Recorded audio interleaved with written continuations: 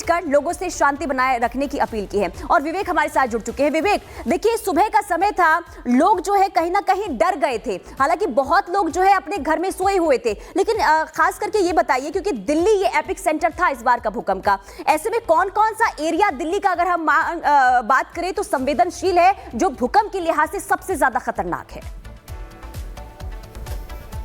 देखिए, बिल्कुल आपने बिल्कुल एक बात स्पष्ट की कि जो रिक्टर पैमाने पर जो तीव्रता थी और जो केंद्र था, धौला कुआं बराबर दिखा रहे हैं दिल्ली का धौला कुआं इलाका। आप समझिए कि जब से सेंसर को बढ़ाते हैं, अगर इसका रेडिएशन को अगर बढ़ाते हैं तो आपको ये पता चलेगा कि दिल्ली ही नहीं, जहां केंद्र है वहां सबसे अधिक महसूस किया गया उस आवाज को। अगर कोई जमीन पर लेटा होगा, कभी आपने महसूस किया कि जब कोई व्यक्ति ट्रेन को, पहले क्या होता था कि जब ट्रेन आती थी तो पटरियों में कान लगाकर सुनता था और ट्रेन आ रही है कि नहीं आ रही है इसका पता लग जाता था। उसी तरीके से जो व्यक्ति जमीन पर सोया होगा, जिसके जो सर है वो अगर जमीन पर अगर लेटे होंगे, उसने वो आवाज भी सुनी है और काफी डरावनी आवाज होती है। ठीक है, तो 5 किलोमीटर का दायरा, और जब जमीन खिसकती है या फिर जमीन आवाज करती है तो एक डरावनी सी आवाज होती है।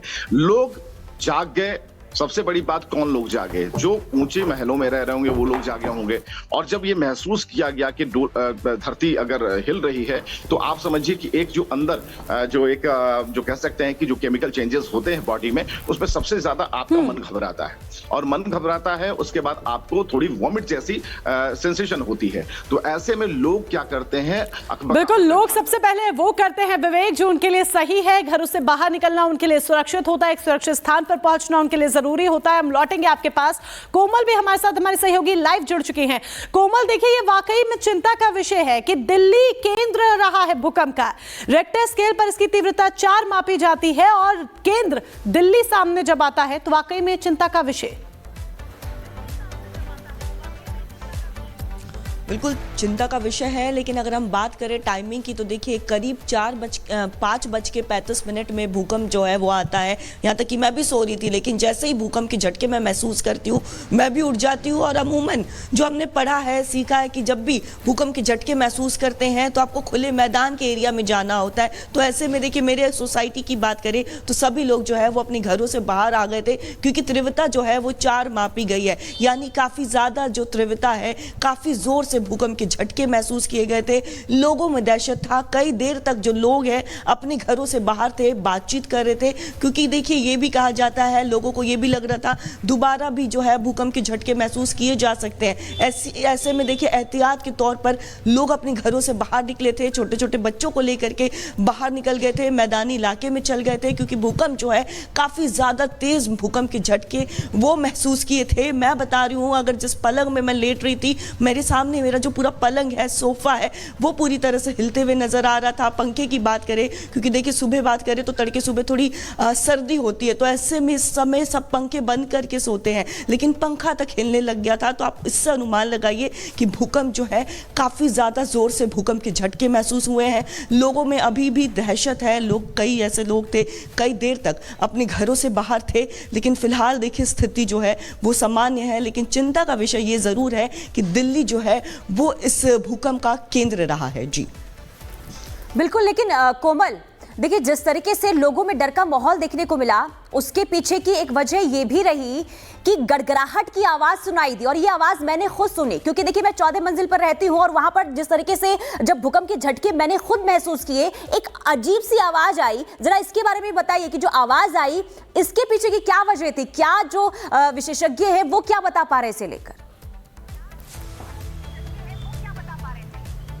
बिल्कुल, देखिए अगर हम नेशनल सेंटर फॉर सिस्मोलॉजी की बात करें तो उसके अनुसार जो है भूकंप की तीव्रता वो 4 मापी गई है। तो ये अपने आप में, जो अगर हम बात वैज्ञानिकों की करें तो उनके अनुसार काफ़ी ज़्यादा जो है ये जोर का जो भूकंप है वो जोर के झटके थे। साथ ही साथ कहीं ना कहीं देखिए ये एक दहशत का माहौल लोगों में तो क्रिएट कर रहा था। लेकिन जैसा कि आप भी जिक्र कर रही हैं कि आप 14 मंजिल में रहती है, लेकिन उस दौरान भी गड़गड़ाहट सुनने को मिल रही थी। वो ठीक गड़गड़ाहट जो है वो मुझे भी सुनने को मिली, आस पड़ोस के जो लोग थे उन्हें भी मिलने को सुनी। और अमूमन देखिए लोग इस समय सो रहे होते हैं, लेकिन भूकंप का झटका इतना जोर था कि लोग जो है वो उठ गए, अपने घरों से बाहर निकले। लेकिन अगर हम बात करें, अगर हम वैज्ञानिकों के अनुसार की बात करें तो उन्होंने कहा है कि फिलहाल देखिए केंद्र भले ही दिल्ली एनसीआर रहा, लेकिन देखिए 5:35 में ये भूकंप आया था और अभी का समय बताए तो देखिए 7:11 हो रहा है।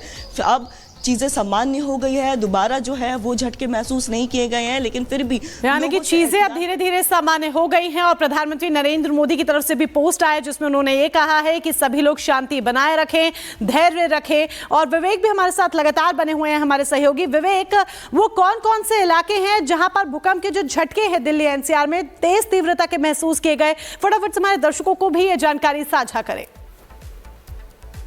बिल्कुल, जो तस्वीरें आप दिखा रहे हैं उसमें जो धौला कुआं का एरिया है वो ज्यादा ये इफेक्टेड है। अगर धौला कुआं के इलाके को देखें तो अगर हम बात करें, जैसे कि हमने पहले जिक्र किया कि नेपाल में जब भूकंप के झटके महसूस होते हैं या फिर रिक्टर पैमाने पर वहां उसकी जो क्षमता रहती है जहां केंद्र बनता है, उसके बाद हम इसका इम्पैक्ट देखते हैं कि किन किन देशों पर पड़ा। आप समझिए कि दिल्ली में अगर ये झटके महसूस किए गए जिसकी तीव्रता 4 के करीबन थी, वहां तो झटका महसूस किया गया। लेकिन अब इलाकों की बात नहीं करना होगा, अब क्षेत्र की बात करना होगा, उन प्रदेशों की बात करना होगा कि जहां पर इसके झटके ज्यादा महसूस किए गए। दिल्ली अगर केंद्र है तो पूरी दिल्ली इसकी चपेट में थी।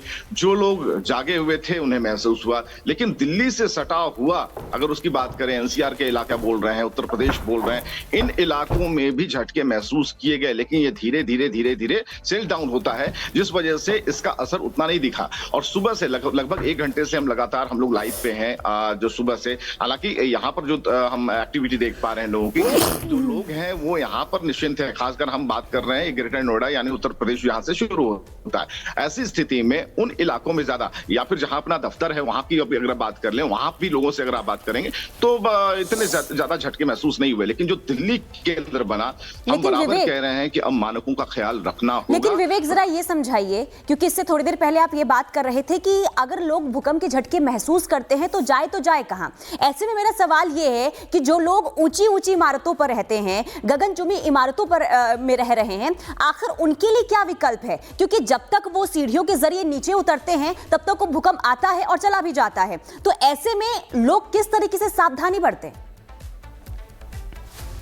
देखिए, इसके लिए मानक तय करने होंगे। सबसे बड़ी बात है कि सरकार जो अभी प्रधानमंत्री ने चिंता जाहिर की है कि प्रशासनिक जो अधिकारी हैं वो इसे देख रहे हैं। इसका मतलब यह है कि प्रधानमंत्री ने एक इशारा कर दिया है कि इसे अब आसानी से हम नहीं ले सकते। बहुत ही ऐसा नहीं कि ये आया और चला गया। अब इस पर हमें फोकस करना होगा, मानक तय करने होंगे। बिल्डिंग बायलॉ जो है, अगर उसमें नियम कानून है, भूकंप रोधी बिल्डिंग बनेगी, या वो गगनचुंबी हो या कितनी भी बड़ी हो। लेकिन सबसे बड़ा सवाल है कि आखिर इसका निदान क्या होगा। लोग जब पैनिक होंगे, ये मतलब नहीं है कि बिल्डिंग कितनी हिलती है, ये लोग कितना महसूस करते हैं। मतलब ये है कि लोगों को कितनी जल्दी सुरक्षित बाहर निकाला जा सकता है उन बिल्डिंग से। आप समझिए कि 10वें तल्ले पर की बात कर लेते हैं। 10 तल्ले पर अगर कोई व्यक्ति रहता है, उनके घर में 2 बुजुर्ग, उनके माँ बाप रहते हैं, बच्चे रहते हैं, महिलाएं रहते हैं। आप सोचिए कि अगर उसमें से कोई एक भी व्यक्ति स्पीड में पूरी गति के साथ वो नीचे आ सकता है। बाकी लोग को संभालते संभालते, आपने ठीक कहा कि जितनी देर में भूकंप आएगा चला जाएगा, क्योंकि कुछ सेकंड के लिए होता है। और एक चिंता की बात और भी है